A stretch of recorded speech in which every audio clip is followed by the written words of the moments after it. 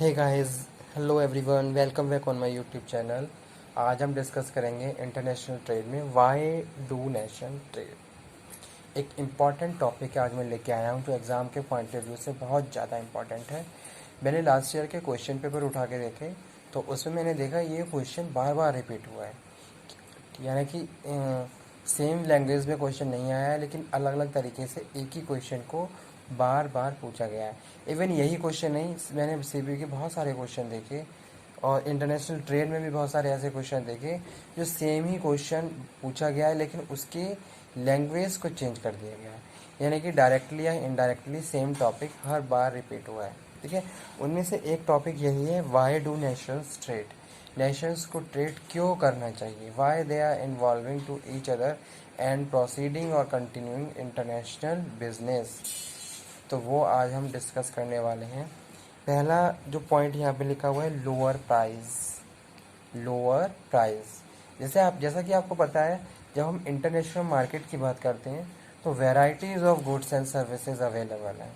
ठीक है, बहुत सारे गुड्स एंड सर्विसेज अवेलेबल हैं। जब मार्केट में बहुत सारे गुड्स एंड सर्विसेज अवेलेबल होते हैं तो उसका प्राइस भी क्या है, उसी हिसाब से सेट किया जाता है। ठीक है, वहाँ पे ऐसा नहीं कि आप अपने हिसाब से प्राइस सेट करोगे, मार्केट के हिसाब से आप प्राइस सेट करते हो।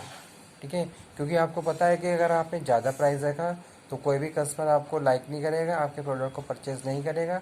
और आपने क्या है, price according to market set किया है, तो हो सकता है कि कस्टमर आपकी शॉप पे भी आना शुरू कर दें और आपकी भी सेल्स बढ़ना शुरू हो जाए। ठीक है, तो वो यहाँ पे हमने बात करी lower price. Price will be lower if there is a proper market competition। Proper competition है और क्या कहते हैं कि जो भी नेशंस हैं आपस में प्रॉपरली इन्वॉल्व होके काम कर रहे हैं। ठीक है, सेकंड हम बात कर रहे हैं greater choice. Greater choice means to से varieties of goods and services are available while we are talking about the foreign trade और इंटरनेशनल मार्केट। फॉरेन मार्केट में आपने देखा होगा बहुत सारे ऑप्शंस हैं। अगर मुझे इवन कोई सिंगल प्रोडक्ट यूज़ करना है तो उसको यूज़ करने के से फाइनल परचेजिंग तक बहुत सारे सिमिलर प्रोडक्ट भी मेरे सामने अवेलेबल रहते हैं।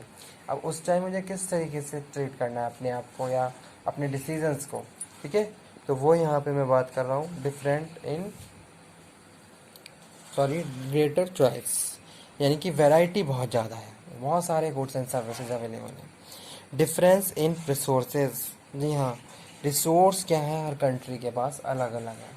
अब जैसे मैं कहूँ कोई भी एक पर्टिकुलर कंट्री, ठीक है, जैसे इंडिया की बात करता हूँ मैं। इंडिया में क्या है, इंडिया के पास ज़रूरी नहीं कि सारे सोर्स बहुत एक्सेस क्वांटिटी में अवेलेबल हो। कुछ रिसोर्स ऐसे भी होते हैं जो हमारे पास जिसकी कमी है, कुछ ऐसे भी हैं जो एक्सेस क्वांटिटी में है। ठीक है, उस केस में अब हम यहाँ पे बात कर रहे हैं डिफरेंस इन रिसोर्सेज।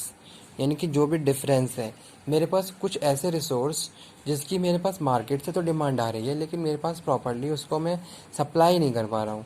तो अब मैं उस केस में क्या करूँगा, ऐसे गुड्स को दूसरे देशों से मंगवाना शुरू कर दूँगा जहाँ वो प्रॉपर मात्रा में क्या है, प्रोड्यूस होते हैं। ठीक है, तो वो यहाँ पे मैं बात कर रहा हूँ। ठीक है, नेक्स्ट है इकोनॉमीज ऑफ स्केल। जी हाँ, you want to increase your production, you want to increase your sale, इसलिए यहाँ पे हम बात कर रहे हैं इकोनॉमीज ऑफ स्केल की। ठीक है, तो वो यहाँ हम बात कर रहे हैं।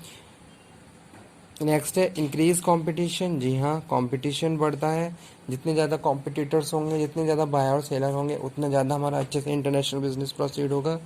ठीक है, इंक्रीज कंपटीशन, कंपटीशन भी बढ़ रहा है इस तरीके से।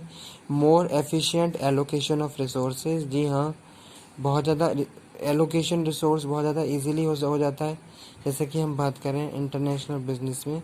ठीक है,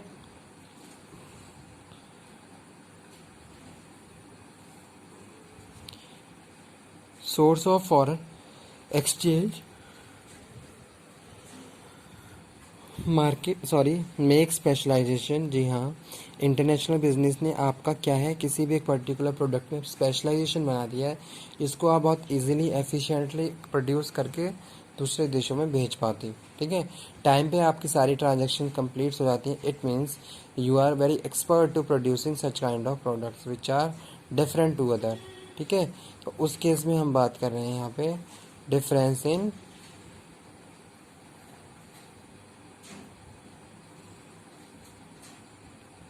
रिसोर्सेस, ठीक है। और क्या है, स्पेशलाइजेशन, आपका स्पेशलाइजेशन क्या है, बढ़ता जा रहा है। जैसे हम बात करते हैं जापान, जापान एक टाइम में क्या स्टील में बहुत ज़्यादा एक्सपर्ट था, जापान की टेक्नोलॉजी बहुत ज़्यादा एक्सपर्ट है, ठीक है। आपने देखा होगा लैपटॉप, बहुत सारे लैपटॉप्स होते हैं। लैपटॉप जब भी हम परचेस करते हैं तो उससे पहले हम बहुत सारी चीज़ों को ध्यान में देते हैं कि भाई इतनी हार्ड डिस्क कितनी है इसकी, क्या इसका बैकअप रहेगा, और भी बहुत सारे मेमोरी के बारे में। अब जहाँ से हमें अच्छे से मिल रहा है हम उस प्रोडक्ट को ख़रीदेंगे, ठीक है। तो वो यहाँ पे हम बात कर रहे हैं। Varieties of goods and services are available in the international market. तो उसके लिए हम क्या है, we are involving in international business और नेशंस ट्रेड। तो पहला है ग्रेटर चॉइस, सेकंड है लोअर प्राइस, ठीक है। ग्रेटर चॉइस है, बहुत सारे प्राइस हैं, lower price, difference in resources, economies of scale, increase competition, more efficient allocation of resources, sources of foreign exchange, make specialization, varieties of goods and services available.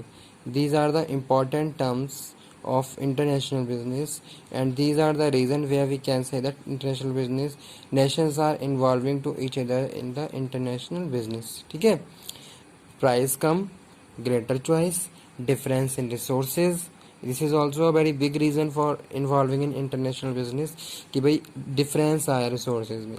कुछ resource हमारे पास available हैं, कुछ resource available नहीं है। अब जब raw material ही नहीं है तो हम किस तरीके से प्रोडक्शन करेंगे, तो उस केस में हम क्या करते हैं, फिर इंपोर्ट करना शुरू कर देते हैं, ठीक है। लेकिन जो हमारे पास प्रॉपरली अवेलेबल हैं उनको हम ऑप्टिमम यूज़ करके अपनी जो भी हमारी जो प्रोडक्टिविटी है उसको हम बढ़ा लेते हैं, ठीक है। तो वो यहाँ पे मैंने बात करी किसकी, इंक्रीज कंपटीशन और economies of scale, more efficient allocation of resources, ठीक है। तो जो रिसोर्स हैं बहुत एफिशिएंटली हम क्या कर सकते हैं, एलोकेट कर सकते हैं, क्योंकि हम पता है कि हम इंटरनेशनल मार्केट में प्रोसीड कर रहे हैं, ठीक है। Makes sure of foreign exchange, जी हाँ, सोर्सेज ऑफ फॉरेन एक्सचेंज। जैसे आपने क्या करा, इंटरनेशनल बिजनेस किया, अब पेमेंट करोगे आप, तो पेमेंट अगर आप यूएसए से डील कर रहे हो तो डॉलर में आएगी, फिर उसको एक्सचेंज करवाना पड़ेगा एक्सचेंज रेट पे, तब जाके वो फाइनली रुपीज़ में कन्वर्ट होगी। तो इस तरीके से ये सारी फॉर्मेलिटीज़ बहुत ज़्यादा बढ़ा दी गई हैं।